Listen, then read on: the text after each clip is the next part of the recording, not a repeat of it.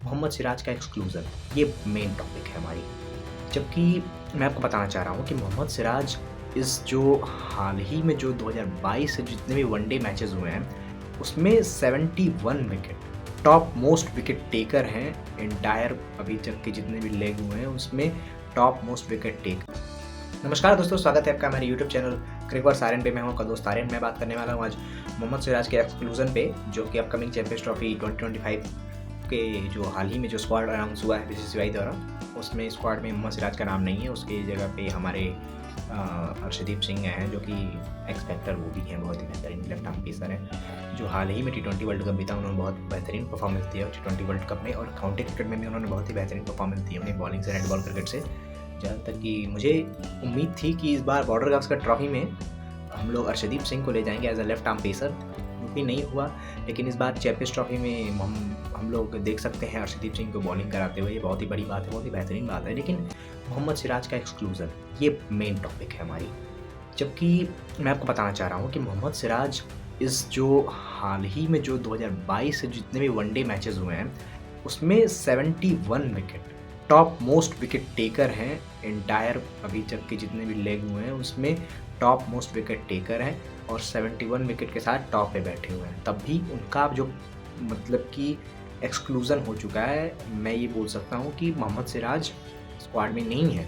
क्यों नहीं है, ये आंसरेबल करने के लिए रोहित शर्मा से पूछा गया, तो रोहित शर्मा ने ये जवाब दिया कि मोहम्मद सिराज इतने इफेक्टिव नहीं है पुराने बॉल से, तो इसी कारण हम लोग मोहम्मद सिराज को एक्सक्लूड कर रहे हैं। यही बात मैं एक आयरनी के रूप में लेना चाहूँगा कि रोहित शर्मा से मैं ये भी पूछ सकता हूँ कि पावर प्ले में जो आप इंटेंट दिखाते हैं, जो आप सेल्फलेसनेस दिखाते हैं, वही सेल्फलेसनेस और इंटेंट क्या आप पावर प्ले के बाद भी दिखा सकते हैं? जैसे कि उनके फैंस और जो उनके जो पीआर मीडिया है, वो जो दिखाते हैं, जो बताते हैं कि मतलब कि रोहित शर्मा जो एक क्विक इंटेंट पारी खेलते हैं, मतलब कि 10 पे 23, 21 पे 46, ये सब जो पारियाँ खेलती हैं वनडे मैचेस में, तो ये उनकी पीआर बताती है कि इंटेंटफुल पारी है, सेल्फलेस पारी है, हमारे कैप्टन सेल्फलेस है। ठीक है, मैं समझ रहा हूँ सेल्फलेस है, लेकिन वनडे मैचेस में कभी 21 पे 46 कोई ओपनर मार के जाता है, तो क्या टीम का वो निर्धारित कर देता है कि वो टीम जीत जाती है, या वो 21 पे 46 फिनिश मायने रखता है? जो बंदा टॉप ऑर्डर से बैटिंग कर रहा है, आखिरी में जाके 21 पे 46 पर मार के फिनिश करे, वो मैटर करता है। देखिए, वनडे मैचेस में जहाँ तक रोहित शर्मा ने जैसे इस बात की कि नए बॉल से वो इफेक्टिव हैं, जबकि जो उन्होंने बोला कि पुराने बॉल से इफेक्टिव नहीं है, तो नए बॉल से इफेक्टिव है, यानी कि तो 2023 वर्ल्ड कप फाइनल में उन्होंने शमी को बॉल क्यों दी? ये मेरा पहला प्रश्न है कि शमी को बॉल क्यों दी सिराज से पहले 2023 वर्ल्ड कप फाइनल में, जबकि उनके हिसाब से सिराज जो है पुराने बॉल में इफेक्टिव नहीं है, तो शमी को बॉल उन्होंने क्यों दिया 2023 वर्ल्ड कप फाइनल में? और ये मेरा दूसरा सवाल ये है रोहित शर्मा से कि वो जो बात कहते हैं कि पावर प्ले के बाद से उनकी पारी जो होती है, मतलब कि मैं बोलता हूँ रोहित शर्मा मतलब कि वो पावर प्ले के बाद से खेलते ही नहीं है वनडे में, चाहे T20 हो गया। T20 में तो वो संन्यास ले लिया, वो बात खैर बात है। अभी जो बॉर्डर गावस्कर ट्रॉफी हुई है उसमें भी 6.5 का एवरेज लेके उन्होंने आया था।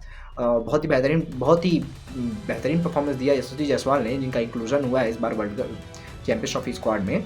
ये बहुत ही बड़ी बात है चैंपियंस ट्रॉफी स्क्वाड में। लेकिन एक और बात सामने आती है कि उप कप्तानी का पद हटा दिया गया है। हार्दिक पांड्या और जसप्रीत बुमराह नहीं उप कप्तान आपके वनडे स्क्वाड में है, शुभमन गिल। ये बहुत ही शॉकिंग न्यूज़ है, और जहाँ तक मुझे ऐसा लग रहा है कि ये शुभमन गिल जो उप कप्तान के रूप में आया है, ये बहुत ही वाहियात डिसीजन है बीसीसीआई का।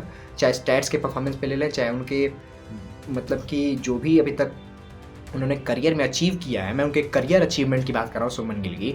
अगर ब्रिस्बेन का 91 रन टेस्ट मैच में हटा दें बॉर्डर गावस्कर ट्रॉफी से, और अहमदाबाद की पिच उनके करियर से हटा दें, तो शुभमन गिल के अचीवमेंट पूरे करियर ऑफ द में 0 है।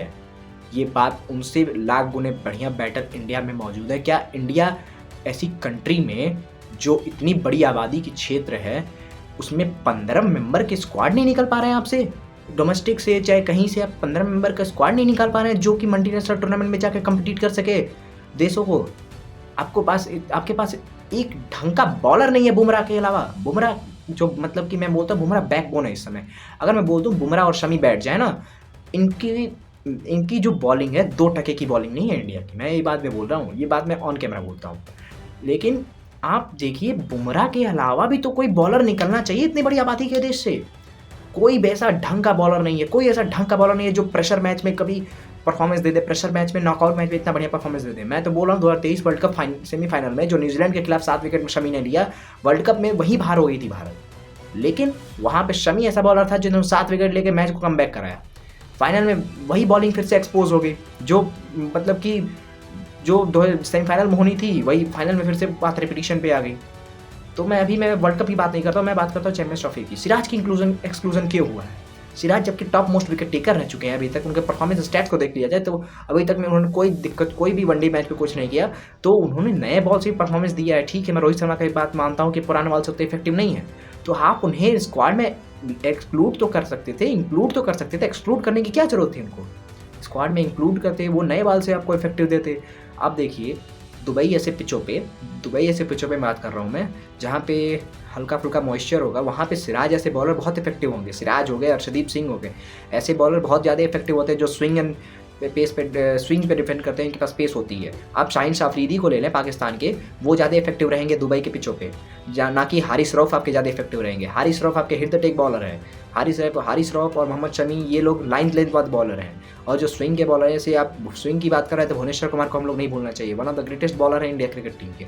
लेकिन बहरहाल मैं अभी बात कर रहा हूँ अर्शदीप सिंह बहुत ही, मेरे हिसाब से अर्शदीप सिंह इस टूर्नामेंट में बहुत ही तगड़ा परफॉर्मेंस दे रहा है, लेकिन वो फिर से वो ओवर शेडोड हो जाएंगे बुमराह के परफॉर्मेंस और शमी के परफॉर्मेंस के। पहले शमी के और बुमराह के, मैं बुमराह की बात करना, बुमराह तो अभी इंजर्ड जैसे हैं, अभी तो कोई करंट न्यूज़ नहीं आई है कि वो फुल्ली फिट होते हैं कि नहीं। अगर फुल्ली फिट नहीं होते हैं तो बीसीसीआई के ऊपर ये भी एक क्वेश्चन रहेगा कि क्या वो हर्षित राणा ऐसे बॉलर को ले जाएंगे बुमराह का बैकअप में, या फिर से सिराज को बुलाएंगे, ये भी एक क्वेश्चन की मार्क है। तो बहरहाल अभी जो मोहम्मद सिराज हैं वो डोमेस्टिक खेल रहे हैं, और ये भी अभी तक सामने आया है कि जहाँ तक मैं देख रहा हूँ कि अभी ये जो ड्रेसिंग रूम की बात लीक हुई, जैसे गंभीर ने बताया कि सरफराज खान ने लीक की, तो मैं एक और बात पूछना चाहता हूँ गंभीर से कि गंभीर जी ये बताएं कि आप ये जो अभी जो बात लीक हुई है कि आप हार्दिक पांड्या को कप्तान बनाना चाहते थे, लेकिन अजीत अगरकर और रोहित शर्मा दोनों लोगों ने इस बात को डिसएग्री किया, उन्होंने शुभमन गिल को कप्तान बनाया। ठीक है, मैं आपकी बातों से मैं सहमत हूँ, लेकिन ये बात भी कौन लीक किया? फिर आपसे ये भी पूछना चाहता हूँ कि शुभमन गिल को कप्तान बनाया, लेकिन आप ये चाह रहे थे कि सैमसन को विकेट कीपर बनाया जाए। ठीक है, सैमसन को विकेट कीपर आप बनाना चाह रहे थे, लेकिन पंत के ऊपर एग्री किया इन्होंने, अगरकर और रोहित शर्मा ने, दोनों लोग ने एग्री किया पंत के ऊपर। ये भी बात आपके साथ, ये बात अपने ड्रेसिंग रूम से किसने ली, ये भी बात अब मैं गंभीर से पूछना चाहता हूँ। तो बहरहाल ये बात है, लेकिन मेरे हिसाब से तो इस चैंपियंस ट्रॉफी में बहुत ही टफ लेग होने वाला है, और इस लेग में न्यूजीलैंड और पाकिस्तान दोनों हैं और दुबई का टूर्नामेंट है। तो मुझे जहाँ तक है गूज़बम्स आते हैं 2021 के। अगर गंभीर पे बात आई, ये भी बात मैं बोल सकता हूँ, अगर गंभीर पे बात आई, अगर देखते हैं तो जो उपकप्तानी मिली हुई है शुभमन गिल को दान के रूप में, वो उपकप्तानी बस उपकप्तानी ही रह जाएगी, और गंभीर ने चाहा तो वो टूर्नामेंट में बैकस्पैज़म का एक बहाना देके उन्हें बैठा भी जा सकता है। और मेरे हिसाब से तो ओपनिंग स्क्वाड में रोहित शर्मा और यशस्वी जायसवाल को ही ओपनिंग करनी चाहिए, जहाँ की बहुत ही मतलब कि विस्फोटक ओपनर दोनों ही हैं, और दोनों मतलब कि जो रिकॉर्ड है, सोचिए इंडिया ऐसे डाइवर्स कंट्री में, इतना ऐसे बढ़िया कंट्री में, सोचिए इतना बढ़िया क्रिकेटिंग नेशन है, वहाँ पे पॉलिटिक्स नामक इतना गंदी चीज़ हो रही है, तो ये बहुत ही क्रिटिकल बात है। देखिए 50 से ऊपर, मतलब कि मैं एक बात बोल रहा हूँ, 20-25 टेस्ट अभी तक खेल चुके होंगे आपके यशस्वी जायसवाल। इंटरनेशनल क्रिकेट में 50 मैच से ऊपर खेल चुके हैं, वो बंदा अभी तक ओडीआई में डेब्यू नहीं किया है। ये बात बहुत ही क्वेश्चनेबल है। सोचिए वो डेब्यू करेगा अभी इस समय जायसवाल, ये भी बात बहुत ही पूछने वाली बात है। जो अपकमिंग जो बॉर्डर गावस्कर ट्रॉफी अभी जो हाल ही में बीती है, इसमें टॉप रन स्कोरर थे यशस्वी जायसवाल। इन्होंने मतलब कि बड़े बड़े दिग्गज बॉलर, स्कॉट बैलेंट, जो थ्रू आउट द टूर्नामेंट जो हुआ है border Gavaskar trophy, through out the series में डोमिनेट किया है इंडिया को। विराट कोहली को तो बनी बना के रखा था इन्होंने, और पैट कमिंस हो गए, मिचेल स्टार्क हो गए। मिचेल स्टार्क को कोई भी ऐसा बैट्समैन में अभी तक नहीं मिला जो मिचेल स्टार्क को ऑन द फेस कुछ बोल पाए। उन्होंने ऑन द फेस बोला, सोचिए कि इट्स कमिंग टू स्लो। तो बंदे के पास वो गट्स भी है और वो एग्रेशन भी है।